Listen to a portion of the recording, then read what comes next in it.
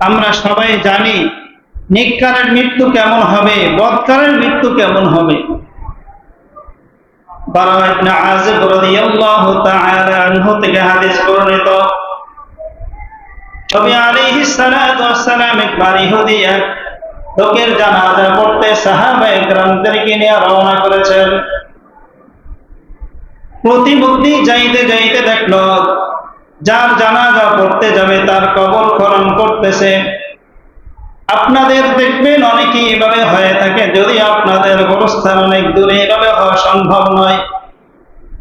ধরেন আপনি বসুগাঁও, কেউ মারা গেছে, আপনি যদি যান, মৃত্যু ব্যক্তির কবরটা যদি রাস্তার পাশে করা হয়, আপনি যাওয়ার পথে বাঁচবে কিনা বলেন? ঠিক আল্লাহর পয়গম্বর সাহাবায়ে কেরামদেরকে নিয়ে যখন রওনা করলেন, দেখতেছে মৃত্যু ব্যক্তির কবর খনন করতেছে, আল্লাহর নবী সাহাবীদের সহ করে ওইখানেই বসে গেলেন। সুবহানাল্লাহ। আল্লাহর নবী ওখানে বসে বসে সাহাবায়ে কেরামদেরকে নিয়ে বসে গেলেন। নবী বসায় বসতায় সাহাবায়ে কেরাম আদবের সাথে এমন করে বসা। সাহাবায়ে কেরাম বলেন, আমরা মাথাকে এমন ভাবে নিচু করে দিয়ে বসলাম, যদি আমাদের মাথায় কোনো পাখিও বসে তারপর আমরা টের পেতাম না, টের পেতাম না। নবী আলাইহিস সালাতু ওয়াস সালাম মাথা নিচু করে তারপরে ছোট বাচ্চাদের মতো লাঠি দিয়া ঘুরাইতেছে। অনেক সময় দেখবেন মানুষের মাথায় যখন বেশি টেনশন হয়, টেনশনের সময় দেখবেন নিচে একটা লাঠি দিয়ে তারপরে মাটিকে খোদন করে থাকতে করে। আল্লাহর পয়গম্বর মাটিকে এভাবে খোদন করতেছে, মাথা তো উঠায় না। সাহাবায়ে কেরাম অপেক্ষা আছে নবী আলাইহিস সালাতু ওয়াস সালাম কখন মাথাকে উত্তোলন করবে, কেন এভাবে মাথাকে নিচে দিয়ে রাখছে। আল্লাহর নবী আলাইহিস সালাতু ওয়াস সালাম কিছুক্ষণ পর মাথা উত্তোলন করে সাহাবায়ে কেরামদেরকে বলতেছেন, ও আমার সাহাবীরা, তোমরা সবাই আল্লাহর কাছে কবরের থেকে পানাহ চাও, কবরের আযাব থেকে তোমরা সবাই আল্লাহর কাছে প্রার্থনা করো, আল্লাহর কাছে প্রার্থনা করো। নবী আলাইহিস সালাতু ওয়াস সালাম সাহাবায়ে কেরামদেরকে এই নসিহত করলেন। এরপর নবী আলাইহিস সালাতু ওয়াস সালাম জানাজার জন্য রওনা করলেন। তো দেখেন নবী আলাইহিস সালাতু ওয়াস সালাম সাহাবায়ে কেরামদেরকে কবরের আযাব থেকে পানাহ চাওয়ার জন্য বলেছেন। এই আমলটা আমাদের দরকার আছে না নাই? আওয়াজ দিয়ে বলেন। এজন্য প্রত্যেকটা মুনাজাতে আল্লাহর কাছে আল্লাহর কাছে রোনাজারি করবেন, আল্লাহ প্রথম কাটি কবর, এই কবর এর আযাব থেকে তুমি আমাদেরকে রেহাই দিও, তুমি আমাকে পরিত্রাণ দান করি। যখন একটা মানুষ মারা যাবে তখন তার অবস্থাটা কেমন হবে, নেককারের মৃত্যুটা কেমন হবে।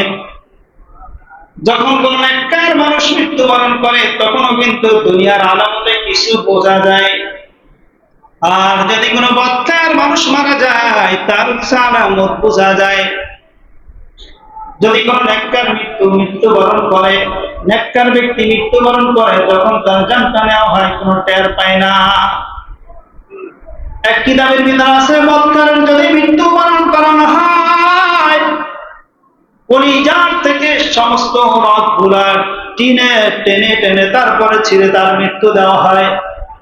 তখন ব্যক্তি ছটফট করতে থাকে, মুখমণ্ডল আপনার অন্নবর্ণ হয়ে যায়। এটা হলো বদকারের মৃত্যু, কাফেরের মৃত্যু হবে।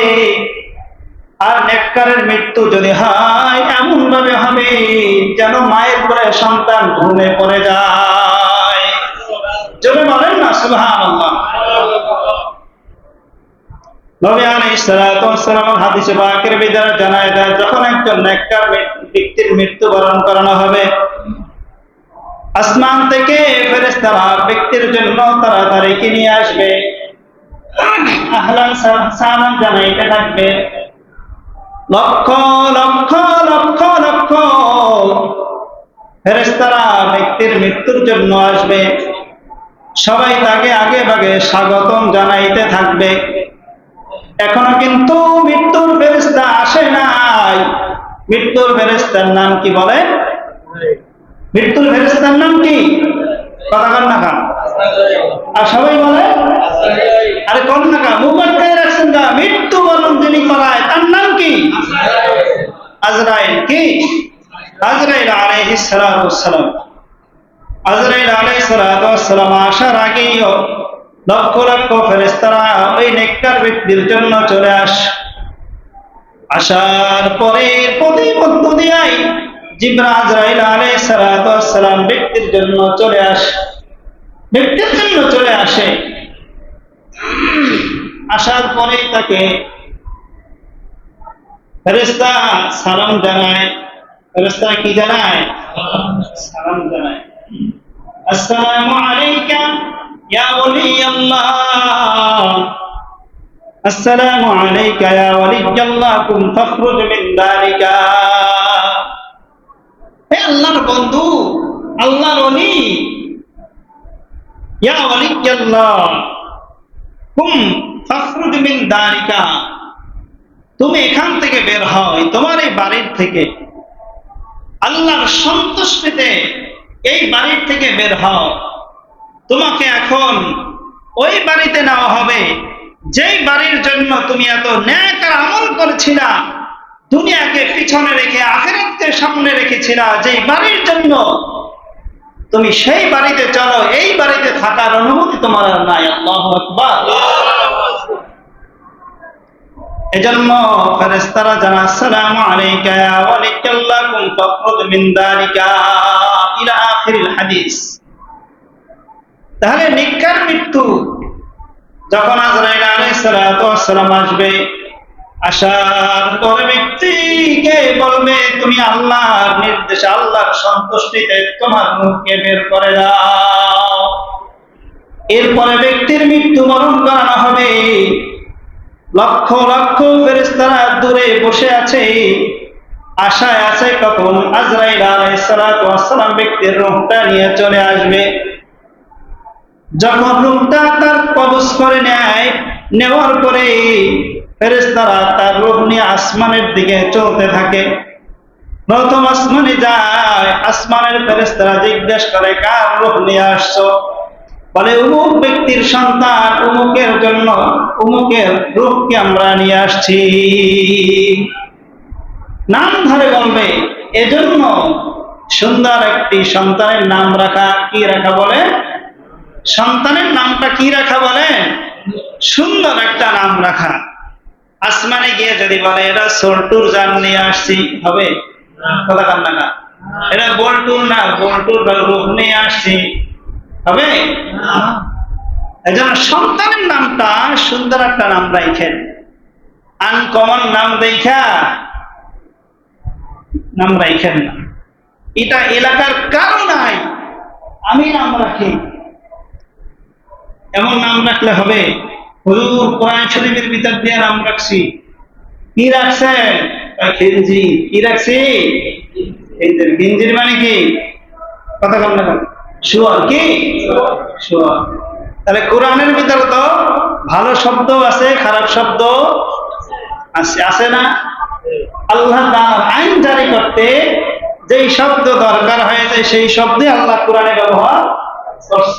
কুকুরের নাম নাই, বিড়ালের নাম নাই, প্রত্যেকটা প্রাণীর নাম আল্লাহ তাআলা কোরআনে দিয়েছেন। যেখানে যেটা দরকার সেখানে সেইটা দিয়েছেন। এখন কোরআন খুঁজে খুঁজে এইটাই আমার ভালো লাগছে, এইটাই আমি নাম রাখলে হবে?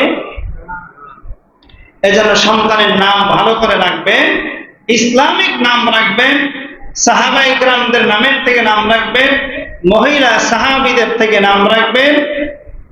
এরপরে আপনার নবীদের নামদের থেকে আপনার ছেলেদের নাম রাখবেন। আল্লাহ আমাদের তৌফিক দান করুন, বলেন আমিন। যখন ফেরেশতারা আসমানে নিয়ে যাবে তখন বলবে কার রূহ নিয়ে আসছো? বলবে আব্দুস সত্তারের লাশ নিয়ে আসছি, রূহ নিয়ে আসছি। এরপরে তারা আহলান সাহলান মারহাবান জানাবে। এরপরে আবার প্রথম আসমান খুলে দেওয়ার পরে দ্বিতীয় আসমানে চলে যাবে। প্রথম আসমানের সমস্ত ফেরেশতারা দ্বিতীয় আসমান পর্যন্ত পৌঁছে দেবে। সুবহানাল্লাহ। দ্বিতীয় আসমানে যাবে, কে আসছে? আবার উত্তর দিবে, অমুকের সন্তান, অমুকের লাশ নিয়ে আসছি। আবার দ্বিতীয় আসমানের ফেরেশতারা তৃতীয় আসমানে দিয়ে আসবে। এভাবে করতে করতে সপ্তম আসমান পর্যন্ত পৌঁছে দিয়ে আসবে। আল্লাহর কাছে যাবে, আল্লাহ তোমার এই গোলামের রূহ নিয়ে আসছি। আল্লাহ রাব্বুল আলামিন জানাই দিবে, রে ফেরেশতারা, কেন আমার কাছে নিয়ে আসছো? ওরে তো আমি আল্লাহ মাটির দ্বারা বানাইলাম, দুনিয়ার বুকে এত কষ্ট করেছি, যাও আবার ইল্লিগিন সহকারে আবার তারে কবরে নিয়ে যাও। যখন আপনার লাশকে শোয়ানো হয় তখন কিন্তু তার সাথে রূহ থাকে না, তখন শুধুই একটা এই মানুষ থাকে। কথা বোঝে না? লাশ, যেটাকে কি বলে? লাশ বলে। মানুষ মারা গেলে মানুষ থাকে না, সেটা লাশ হয়ে যায়। কি হয় বলে? আল্লাহ রাব্বুল আলামিনের আদেশে ফেরেশতারা তাকে আবার এই কবরের ভিতর নিয়ে আসে। আসার পরে তার সাথে আবার রূহকে আল্লাহ তাআলা, অর্থাৎ তার রূহকে তার বডির সাথে আল্লাহ ফিট করে দেয়। সুবহানাল্লাহ। ফিট করে দেওয়ার পর এরপরে সওয়াল জবাবের সময় এসে যায়। সওয়াল জবাবের জন্য মুনকার নাকির চলে আসে। আসার পরে যে তিনটা সওয়াল করে আপনারা সবাই জানেন। মান রব্বুকা ওয়া মা দীনুকা ওয়া মান নাবিয়্যুকা। মান রব্বুকা, তোমার রবকে বলো। আমাদের রবকে বলেন আল্লাহ। মৃত ব্যক্তির রবকে বলেন আল্লাহ। আল্লাহর কথা জিজ্ঞেস করবে, মান রব্বুকা, তোমার রবকে। যদি কপাল ভালো হয় বলতে পারবে আমার রব আল্লাহ, তাহলে তার কোনো টেনশন নাই। যদি সেভাবে খাঁটি মুমিন ইমানদার হয় তাহলে বলতে পারবে আমার রব আল্লাহ। আর যদি ইমানদার না হয় বলবে আফসোস আফসোস আফসোস। তাহলে নেককার যদি হয় বলবে আমার রব আল্লাহ। ওয়া মা দীনুকা, তোমার দিন কি? বলবে আমার দিন ইসলাম। আমাদের দিন কি? আওয়াজ দিয়ে বলেন, আরো পিছন থেকে আওয়াজ দিয়ে বলেন, আমাদের দিন কি? আরো জোরে আওয়াজ হবে, আমাদের দিন কি? আমাদের দিন হলো ইসলাম। আমাদের রব হলো কে? তাহলে ঈমানওয়ালারা বলবে আমাদের দিন হলো ইসলাম। বলবে তোমার নবীকে। মান রব্বুকা ওয়া মা দীনুকা ওয়া মান নাবিয়্যুকা ইয়া হাযার রাসূল। কোন কিতাবে আসছে জিজ্ঞাসা করবে তোমার নবীকে, আর কোন জায়গায় আসছে নবী আলাইহিস সালাতু ওয়াস সালামের ছবি দেখানো হবে। কে ব্যক্তিকে তুমি চেনো? ব্যক্তি যদি নেককার হয় সাথে সাথে চিনতে পারবে, বলতেও পারবে জানেন আমার নবী মুহাম্মদুর রাসূলুল্লাহ সাল্লাল্লাহু আলাইহি ওয়াসাল্লাম। আমাদের নবীর নাম কি বলে? আরো জোরে বলেন, আমাদের নবীর